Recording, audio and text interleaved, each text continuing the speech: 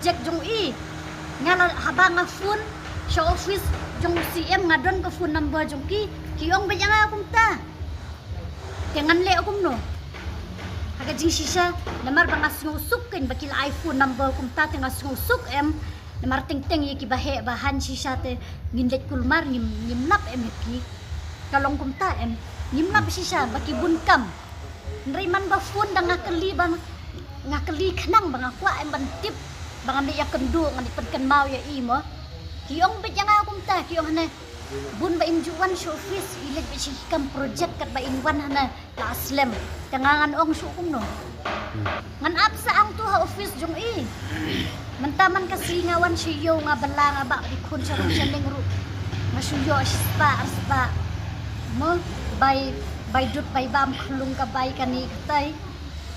dengan lengan syong hang tu baro si singan ap ya iman kasmi nata ka daw nga phone kanang em bangan tip em kanang bangan yo kan dikendu em ban keli ban perken mau ban yakren ban syai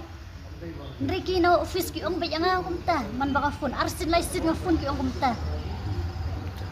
tengam na su ban ong iya lo kasta dita ka daw nga kerpat yung surkar sisin subha ban penkloy ya kani kap namar nga don kam kerki ya kakam these very few years bang adang kwet dang kya I'm still healthy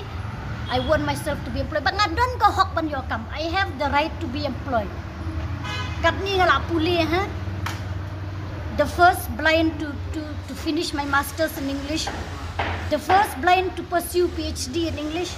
the first blind to clear UGC net in English from Meghalaya the first blind to publish an article.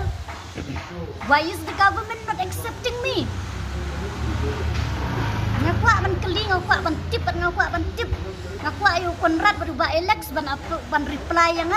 lano kin penbit penbiang yang kata kam kumbay la pular pajba baro ka imlang sa alang ka kami lenti mday tang mga baro ka imlang sa alang jo Meghalaya bat sabat jo Meghalaya ru kami lenti ba un yarap si syai un penyo si syai kata kam kumbau laong ndai tang mga ba kami lenti kan ni baro ngi ak kami lenti kadi kata ke bangang aku ban ong ni